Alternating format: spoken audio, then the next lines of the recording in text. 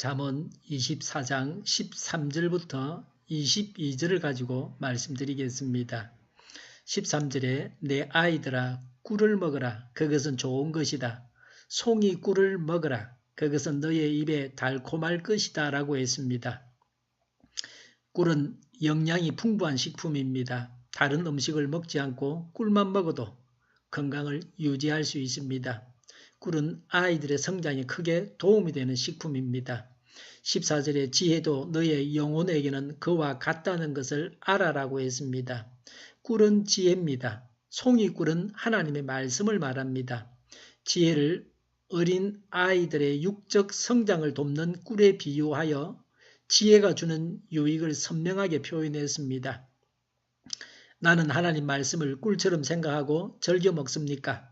14절에 그것을 얻으면 너의 장래가 밝아지고 너의 소망이 끊어지지 않는다라고 했습니다.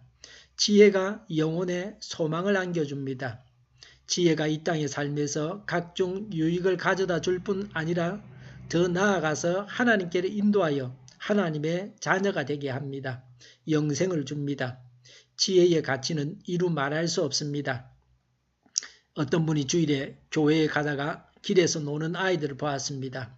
한 주일은 그들에게 전도해서 어린이 교회 학교로 데리고 갔습니다.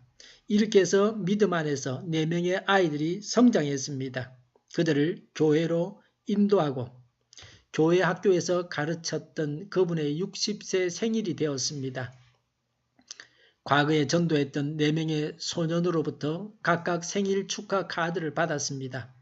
한 통은 연방정부 은행 총재, 한 통은 중국에서 선교하는 목사, 한 통은 대통령의 비서관, 한 통은 대통령이었습니다.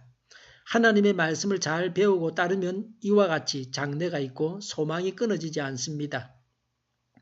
15절에 악한 사람아 의인의 집을 노리지 말고 그가 쉬는 곳을 헐지 말아라고 했습니다. 노리는 것은 몰래 숨어서 동태를 살피는 것입니다. 의인의 집을 차지하려고 기회를 노리는 것입니다. 헐다는 거짓과 무력을 동원해서 의인을 집에서 끌어내는 것을 의미합니다. 악인은 부당한 방법으로 남의 것을 탐내고 차지하고자 합니다. 16절에 의인은 7번을 넘어지더라도 다시 일어나지만 악인은 재앙을 만나면 망한다고 했습니다. 7은 완전수입니다. 7번 넘어진다고 하는 것은 완전한 멸망을 말합니다.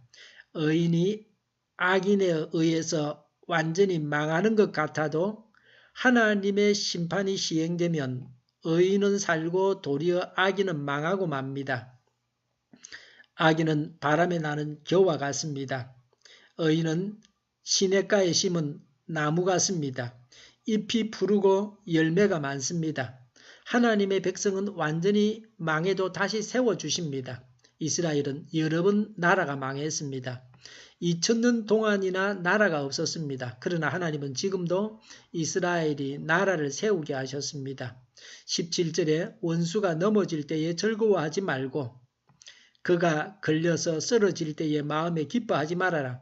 18절에 주님께서 이것을 보시고 좋지 않게 여기셔서 그 노여움을 너의 원수로부터 너에게로 돌이키실까 두렵다고 했습니다. 악인을 대하는 태도가 어떠해야 하는가를 말씀해 주고 있습니다. 원수에게조차도 사랑을 베풀어야 합니다. 사랑이 없는 삶은 하나님의 심판을 받을 수도 있습니다. 다른 사람이 당하는 불행을 기뻐하는 것은 자신을 하나님의 원수로 만드는 것입니다. 다른 사람이 안 되기를 바라는 것은 하나님께서 기뻐하지 아니하십니다. 19절에 행악자 때문에 붕괴하지도 말고 악인을 시기하지도 말아라고 했습니다. 악을 보고 붕괴하지도 말라고 하십니다. 악을 보고 시기하지도 말라고 하십니다. 악을 보고 붕괴하거나 시기하면 우리의 몸이 망가집니다.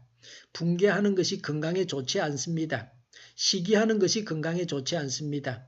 원수를 사랑하는 것이 우리에게도 안전합니다. 20절에 행악자에게는 장래가 없고 악인의 등불은 꺼지고 만다고 했습니다. 이 땅에서는 하나님의 정의가 부분적으로만 시행됩니다. 그래서 악인이 번성하기도 합니다. 그러나 마지막 심판에서는 하나님의 완전한 정의가 이루어집니다. 악인은 완전히 망하고 맙니다. 그래서 현세에서 악인이 번성하는 것을 보고 악인을 부러워해서는 안 됩니다.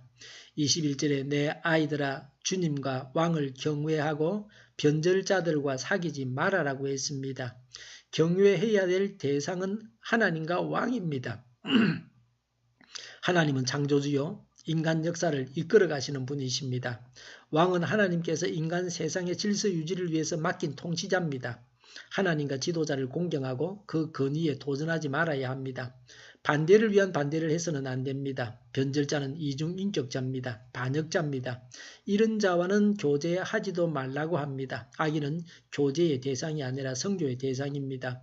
22절에 그들이 받을 재앙은 갑자기 일어나는 것이니 주님이나 왕이 일으킬 재난을 누가 알겠느냐라고 했습니다. 하나님의 심판이 속히 임합니다. 재앙에서 벗어나지 못합니다. 하나님의 사랑을 가지고 모든 사람을 대해야 합니다. 기도하겠습니다. 하나님의 사랑을 가지고 모든 사람을 대하게 하여 주시옵소서. 우리 동일교회가 만군을 지배하게 하여 주시옵소서. 예수 이름으로 명하노니 모든 병만은 물러가고 몸의 모든 부분들은 온전하게 될지어다. 신유의 기적을 베푸셔서 지금도 저희의 질병을 고쳐 주시옵소서. 저희와 교회와 나라의 민족을 불쌍히 여겨 주시옵소서. 독재 정권이 무너지고 평화 통일을 이루고 민족 번영의 길로 나아가게 하여 주시옵소서.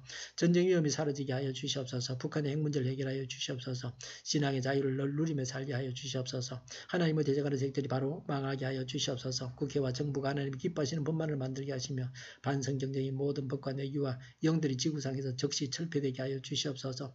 대통령이 통치를 잘하게 하시며 지진이 일어나지 않게 하시며 출산율이 올라가게 하시며 자녀를 낳고 살만한 나라가 되게 하여 주시옵소서.